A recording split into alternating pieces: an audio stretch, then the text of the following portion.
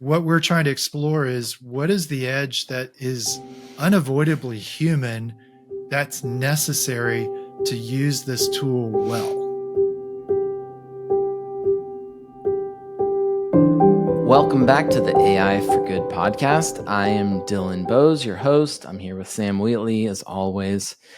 And Sam, last week I attempted to make my first apple pie that I've ever made. I don't know if you've ever, I don't know what your baking skill is like. I bet you're a pretty good baker. Are you? I do cooking. Kate, my wife, does all the baking. She does the baking? So okay.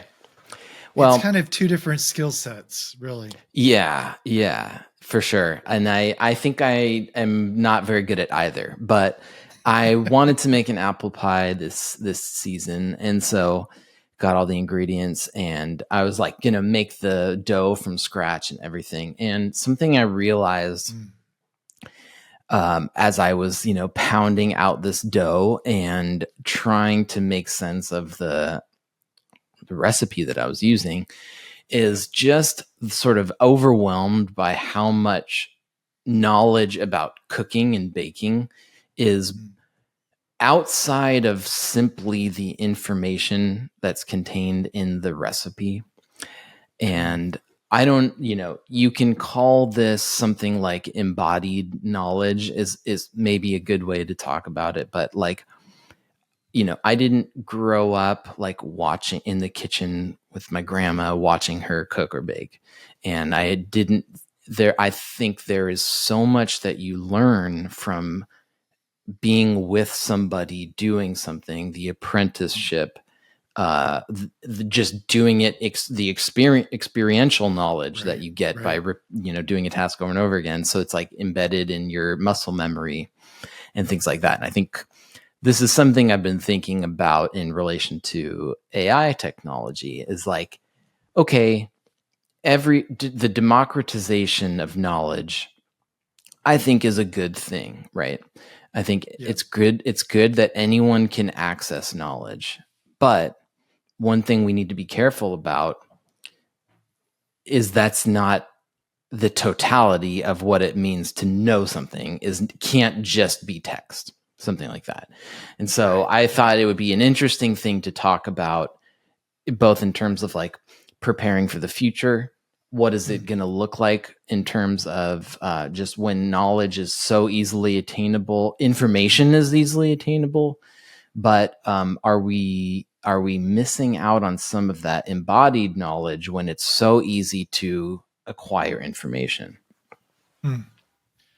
Yeah, so kind of what you're asking is like what remains intangibly or inexplicably human in the information accessibility.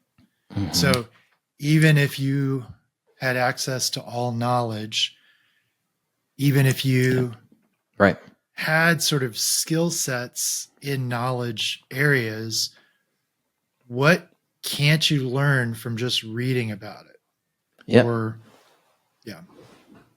this kind of goes back to the kind of book learning versus apprenticeship. Street smarts. Street smarts. Are there street smarts for even information work? Yeah. I love thinking about it like that. And, what is implied by street smarts is sort of like you've gotten knocked around a little bit, you've got it, you've skinned your knees and you've learned the hard way. And, I mean, I worry that's worry isn't the right word, but it is fascinating to think about what happens to street smarts when you don't have to go get the skinned knees in order to learn that lesson necessarily, There was a work situation just recently where this kind of came up, and it was someone's intuition about something that happened that wasn't discernible on the surface, that gave them an edge in sort of avoiding a calamity. And so that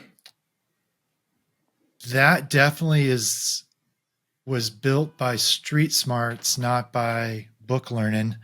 And that is sort of the intangible. There's sort of an intangibleness to that thing that was still very vital to the person's job. And how did that person, where did the intuition come from? Like, that's the question. From just, I mean, it was I can't go into details, but it was from just handling this kind of situation experience, many times, right? From experience.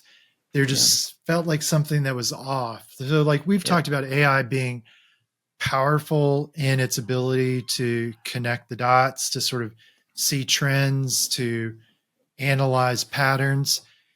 But there's also something human about that as well, where you get sort of a spidey sense or an intuition. Something doesn't quite seem right here. And sort of that skill of like listening to that inner voice saying, hey, hold on here. There's something more than just the information presenting itself here that is part of that learning. And also, like, on the flip side, you could get into trouble really quickly and in over your head by technically being able to do something without having some of those street smarts human element to it. You know, cooking food is a perfect example of that, where it's like, you know, you may not be, you may be following the recipe exactly right, but if your, you know, Brussels sprouts are like, have been left out too long and you don't know what they're supposed to look like you could really get sick, you know?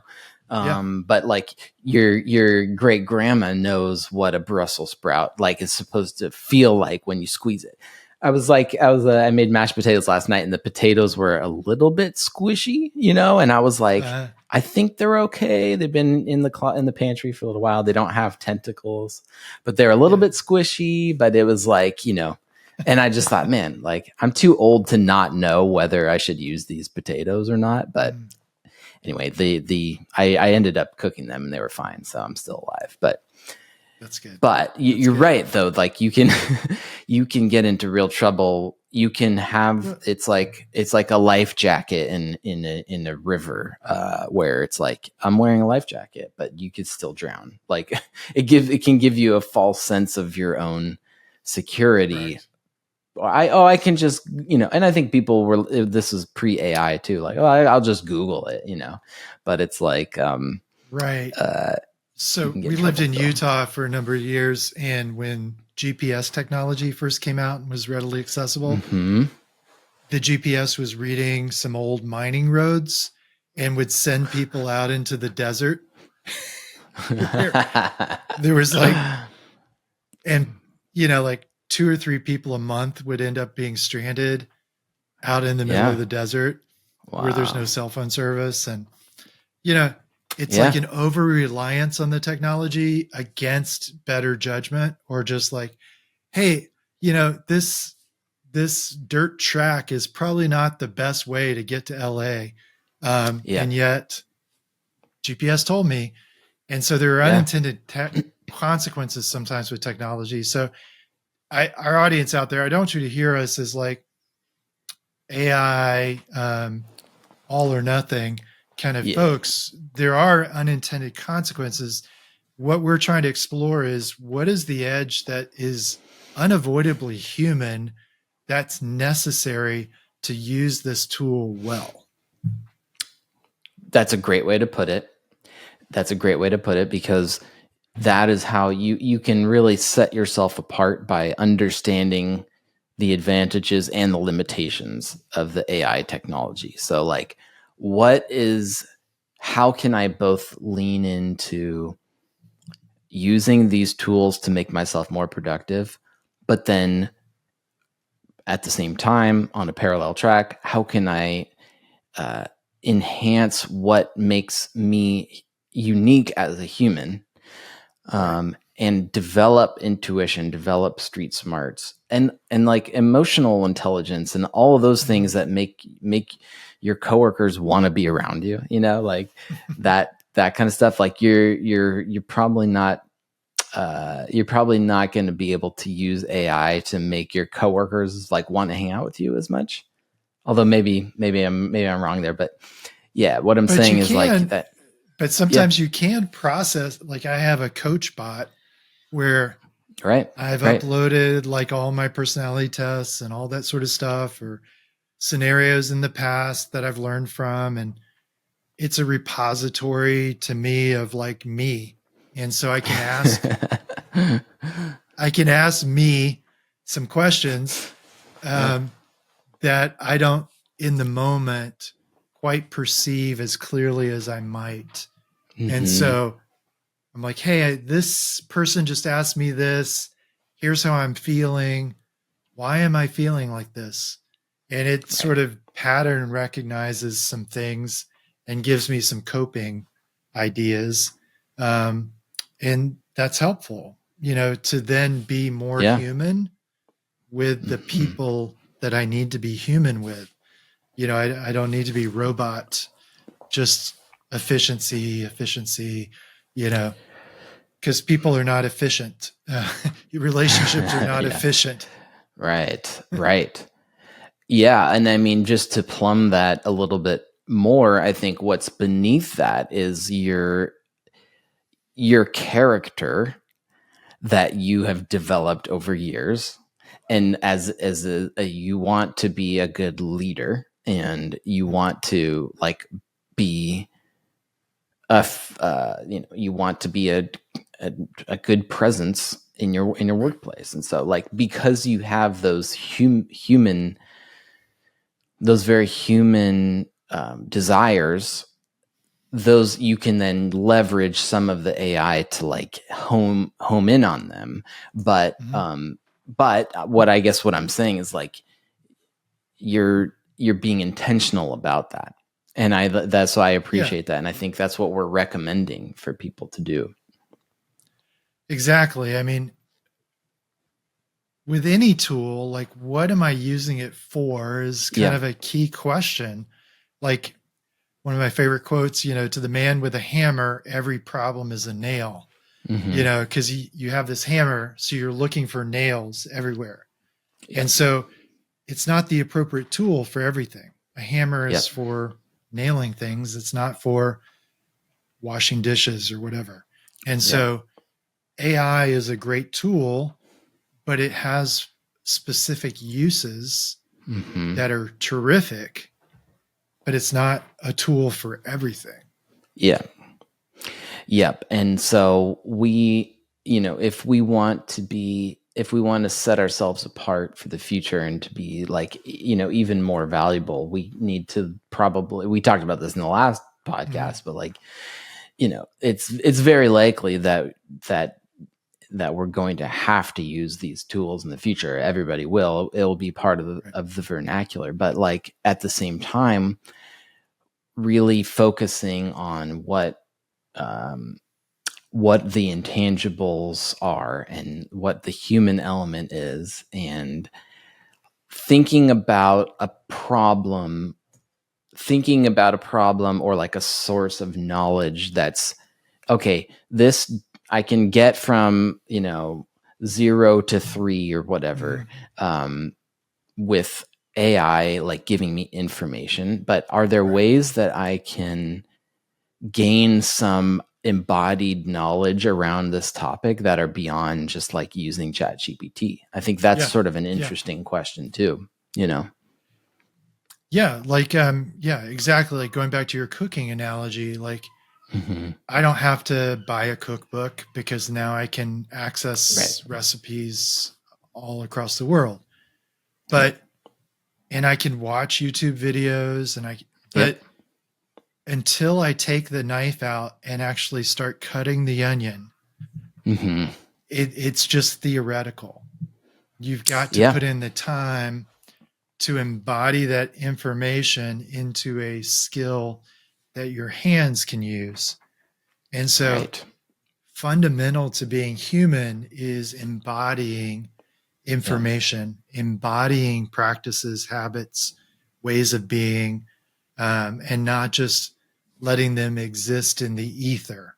Yeah. And I think maybe one of the ways we copped out of embodying things is saying, well, I just don't have access to that information. I can't be a better dad because I don't know how any other way than what I saw my dad do it. Or I don't know how to be a doctor. I don't have any information. And so my options are limited. I can only be a whatever construction worker. Yeah. Whatever. Yeah. I'm not bagging on construction workers. My dad was one. For sure. I had to be one. He made me be one. So I would learn how hard it is to be one. But all that to say is, like, we used to say I didn't have access to information, so therefore I'm limited to embody this kind of way of being. That excuse is gone. Like, totally. Anybody with internet access can access basically the corpus of human wisdom through AI. And so it's not an access problem. It is an embodiment problem. That's really good.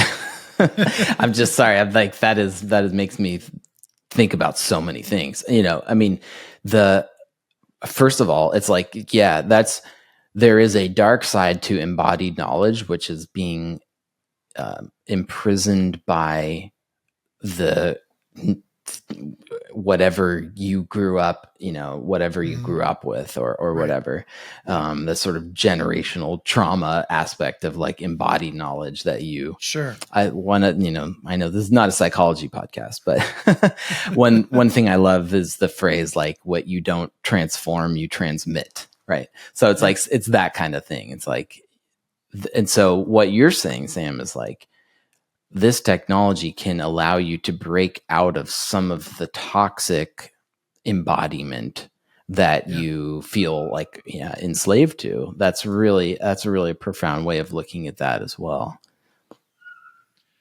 Yeah, and like these patterns, like my coach bot. Yeah. Like, what patterns are you seeing, that I'm blind to? And it tells me, like, hey, you tend to, from the things you've shared, this is what tends to happen. Here's the trouble you get in. And then I can start, iterating and ideating around, well, what are some coping strategies? What are the ways around that? How does somebody with this sort of set of wrongly embodied ideas, thoughts, actions get out? And I have a whole realm now of options.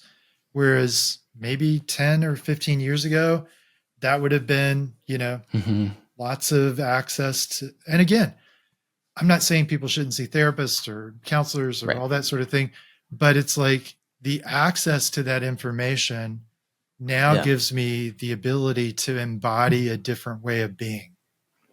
Yeah, it at least lets us get started with so many different things. There's no excuse to not go down a path, I think, and then, like, if, and I think this depends on the field and different things, like, but like it's because I think different fields are going to require different levels of embodiment. Like if you're going to do Aikido or something, like, you're gonna have to fight people in a dojo. I don't know if they use dojos, but if you're writing landing pages, like, you maybe don't need to sit under a master, maybe, for that, like, or maybe you do. I mean, maybe you do. But I mean, there are certain skills that are like they will never be made into, like, cutting hair. It's never going to be a disembodied experience. Right. Cooking a meal is never going to be a disembodied experience. Like, the things that, some of the most valuable things of being human, being a mom or dad, raising a kid, loving another person, those things just can't be, the embodiment can't be offshored to somebody else. ideas can be generated for how to do those things much better by AI or whatever technology. But the actual doing it can never be, sort of given to somebody else. And I think that's probably a great sort of litmus test for that principle, which is like, yeah, I have 2 young kids, and it's like, I can use it to come up with some ideas for little games or imagination games to play with them or whatever. But like, I have to do it. I have to turn off my phone and just sit with them and be present, because nothing else actually matters unless I do that, So, man, you just said, I think sort of the key to this is presence. Like presence. AI is a thing, but it's not a presence. As much as people tout that it's a presence or even the term, I'm not a big fan of the term artificial intelligence, because that's not what it is. It is computational power, it is informational access, but it is not a substitute for presence, and only humans can give presence, to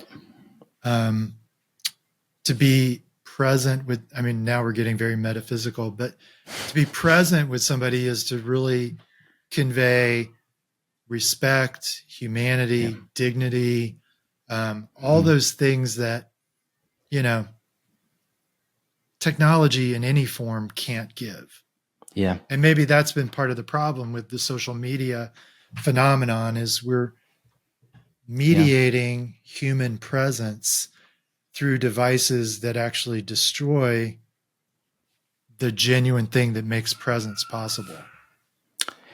While it gives you a false sense of being connectedness. I think that is what the toxic stew of social media was. Like, it promised one thing and actually gives the opposite in many respects. Yeah, and there's studies that show like these things are actually positive if you have real relationships of presence with people, and they're augmenting that sort of, my best friend lives across the country and I can't see them all the time. So, but I can text and chat and that augments the thing, but it's not the ultimate thing. And so actually being present with another person and giving my presence to them is really a vital human, undivisible part of it. Yeah, that's the whole ball game, And so when we can use technology to augment the real deal, then that's the healthy sort of balance. Yeah. And then, but when it becomes a replacement for X, Y, or Z, you can sometimes get into trouble. And I think that's probably, again, one of those key principles. Is this tool helping me build towards presence, or is it diminishing presence? And even like in our nonprofit work, we talk about scale, but is it scaling for the sake of scaling, or is it scaling for the sake of fostering genuine presence that is transformative for people? Freeing up more space to be present for the key relationships, in your business, with your coworkers, with your clients, with your customers, whatever it is. But it does require the intentionality to have that as a priority. I think some people are taking these tools and perhaps not prioritizing that presentness and connection. Yeah, I've sort of quipped, soft skills are the new hard skill. Like during the last era of technology, we focused on these hard skills of coding and STEM and all that sort of stuff, which are great. Yep. But what is irreplaceable are the skills of presence. Can I listen? Can I look somebody in the eyes? Can I reiterate somebody's thoughts in ways that they can reflect and say, you heard me? Can I work with people across difference? Can I resolve a challenge, between coworkers, without, resorting to sort of HR interventions or something, like right. Yeah. Those are supposedly soft skills, but those are like the hard work of being human. Mm-hmm. And I'm hopeful that as we offload some of the annoying parts of being human to AI, that we can refocus on some of the actual human qualities.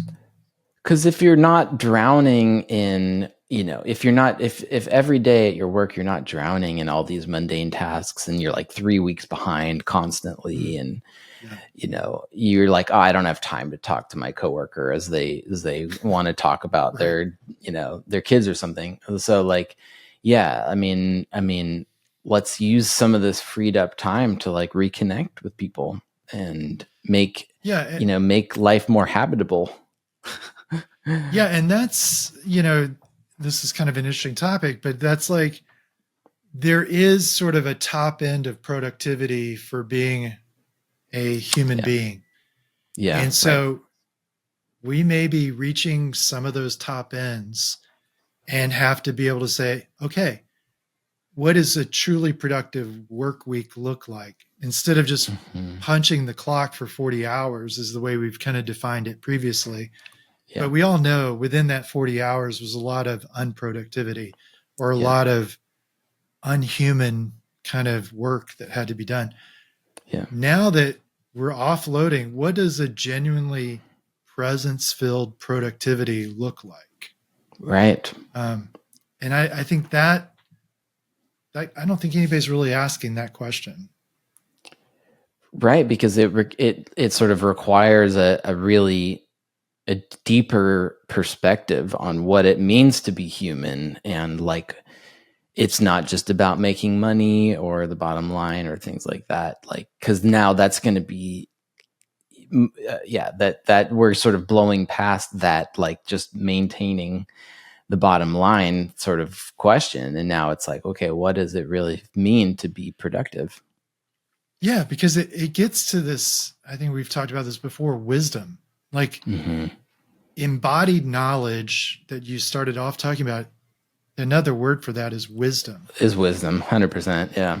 And so when you're hiring, when you're looking at building teams, you're looking at, not technical skills as much anymore as does this person bring wisdom of being a human to this endeavor? And does this person help our collective wisdom as a team? Are they enhancing our collective wisdom? Previously we'd put up with sort of people that were bad actors or jerks because they had a skill set we needed. No one else could do what they could do. Yeah. Yeah. But now it's like, I don't have to put up with that. I could totally go down the skill set level but go up if somebody has wisdom because they have access to the information and they know how to use the information. And they're pleasant and they bring their presence to our team, and all those kind of things are much more important than do they have 12 years of coding experience to get this thing done. For sure. So that's a liberating. I think that's a liberating concept. Yeah. Yeah. I mean, I think this may be a whole other topic, but just the idea like productive teams are actually very human teams, where there's a lot of collaboration and respect and honor and carefulness and good communication. And kind of the role of the future manager is going to be a lot more around building wisdom and productive teams that really jive and work well together.